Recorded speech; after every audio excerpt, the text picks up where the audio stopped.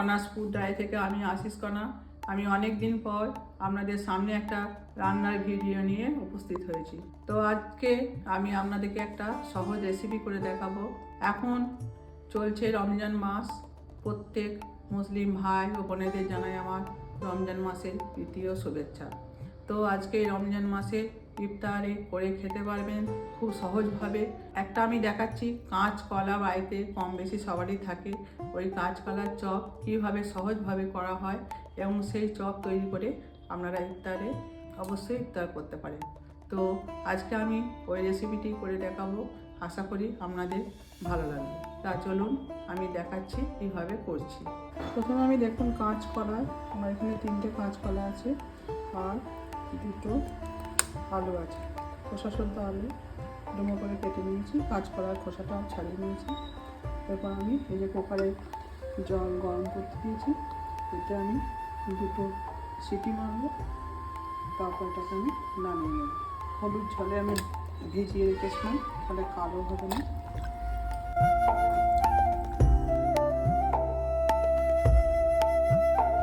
দেখুন কাঁচকলাটা আর আলুটা আমি সেদ্ধ করে নিয়েছি।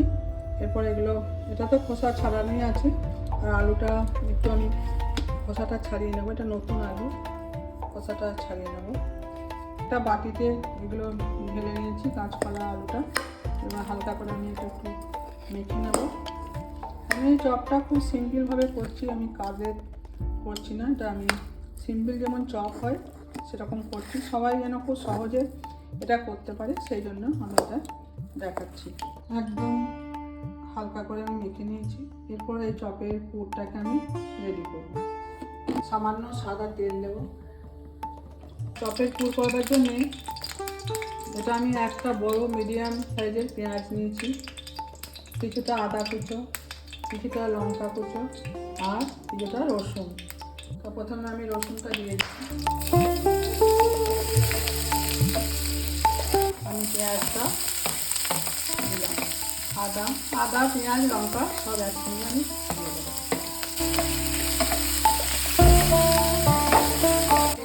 পেঁয়াজ রসুন আদা কাঁচা লঙ্কা হালকা করে ভাজা হয়েছে, খুব বেশি পুড়ে গেলে ভালো হবে না, হালকা করে ভাজতে হবে। তারপর এর মধ্যে আমি কাঁচকলা আর আলু সেদ্ধটা দিয়ে একটু কষিয়ে নেব। ভালোভাবে এরপর আমি এর মধ্যে কিছু রেগুলার মশলা দেব। প্রথমে দিয়ে দিচ্ছি একটু হলুদ, একটু লঙ্কা হলুদ, সামান্য চিনি, পরিমাণ মতো এই মশলাগুলো দিয়ে খুব ভালোভাবে এটাকে কষিয়ে নিতে হবে। কিছুটা ভাজা হয়ে গেছে, তারপর একটুখানি জিরে গুঁড়ো দিচ্ছি। জিরে গুঁড়োটা প্রথম থেকে দিলে জিরের যে সেন্ট একটা আছে, ফ্লেভার একটা আছে, সেটা পাওয়া যেত না। আমি খানিকক্ষণ পর দিলাম, এর ফ্লেভারটা থেকে যাবে চপের মধ্যে। পরিমাণ ধনে দেবো। আর একটা জিনিসই দেবো এর মধ্যে, একটু ভাজা মশলা। ধনে পাতাও দেওয়া চলে যারা ধনে পাতা খেতে ভালোবাসেন, কিন্তু আমার মনে হয় ব্যক্তিগতভাবে যে এই কাঁচকলার যে একটা নিজস্ব স্বাদ আছে, সেই স্বাদের মধ্যে যদি ধনে পাতাটা দেওয়া হয় কয়েকটা এই চপগুলো ভালো লাগে না। ওই জন্য আমি এটা ধনে পাতা ব্যবহার করছি না।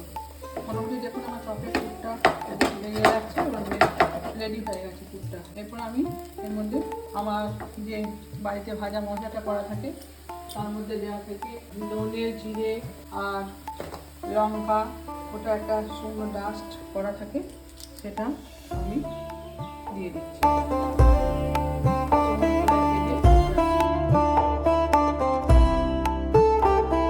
তৈরি হয়ে গেল আমার চপের পুর।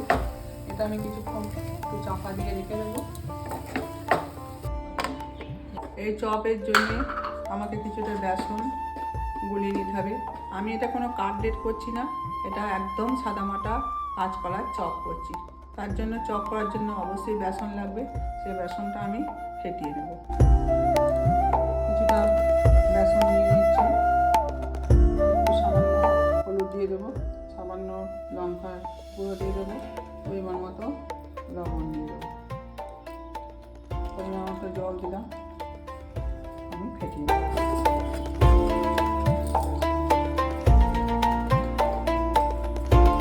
আর আমি এর সঙ্গে সামান্য চাল গুঁড়ি একটু দেব, 1 চামচ, আর একটুখানি চালের গুঁড়ো দিলাম। এই চালের গুঁড়োটা দিলে চপটা খুব মচমচে টাইপের হবে। দেখুন আমার বেসনটা ঘাঁটা হয়ে গেছে, গোলানো হয়ে গেছে। চপের পুরটা করে রেখেছিলাম, এটা আস্তে আস্তে করে আমি এবার চপের আকারে সবগুলো করে নিচ্ছি।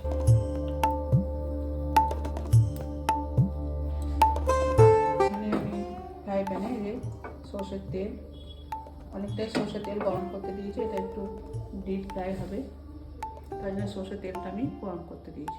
দেখুন আমার চপগুলো সব তৈরি করা হয়ে গেছে, এই যে সব তৈরি করে নিয়েছি। এরপর আমি একে একে বেসনের কড়াই ডুবিয়ে ভেজে নেব।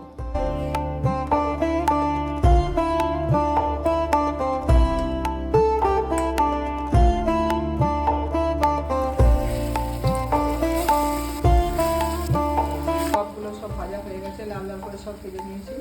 এবার আমি একে একে চপগুলো তুলে দিচ্ছি, একে একে তুলে নিচ্ছি আমি।